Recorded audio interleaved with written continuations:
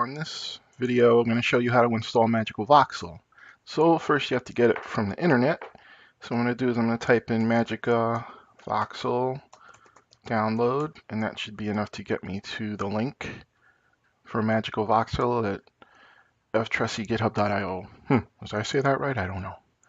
But anyway, let me go there. And right here on the first page, I have the different versions. I have a Windows computer, 64-bit, most of them are nowadays, or if you have a Mac.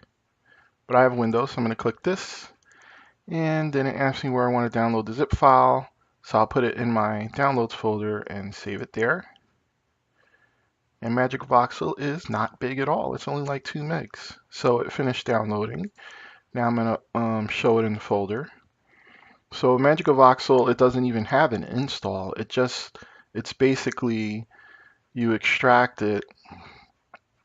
I have 7-zip, but you're going to extract the zip file, and here it just says the folder to extract it to.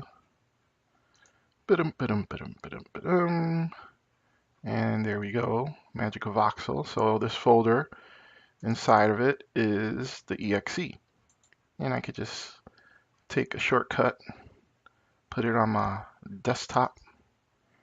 There's another one there. Say that's the MagicaVoxel I just put a shortcut to.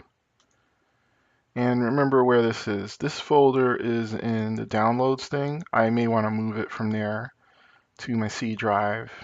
So I could just drag and drop it to the C drive instead. And now I'm going to have it on my C drive, so this link's no good anymore. So I'll just make a link to it. Send to my desktop, create shortcut. Here it is. And now when I run MagicaVoxel,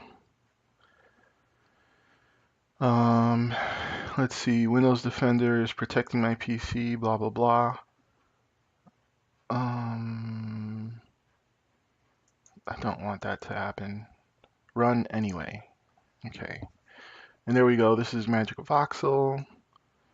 You know, they keep coming out with new versions, so depending on the time you download it, it may look different.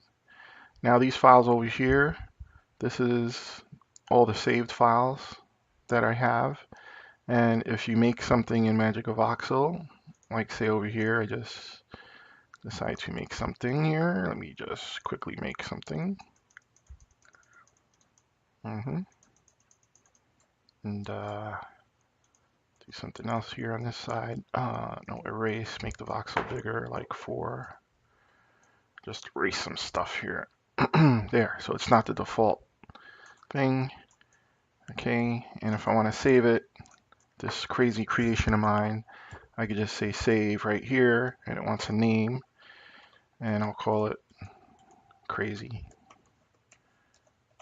creation. Boom. And there you go. It'll always show up in the Vox folder, crazy creation.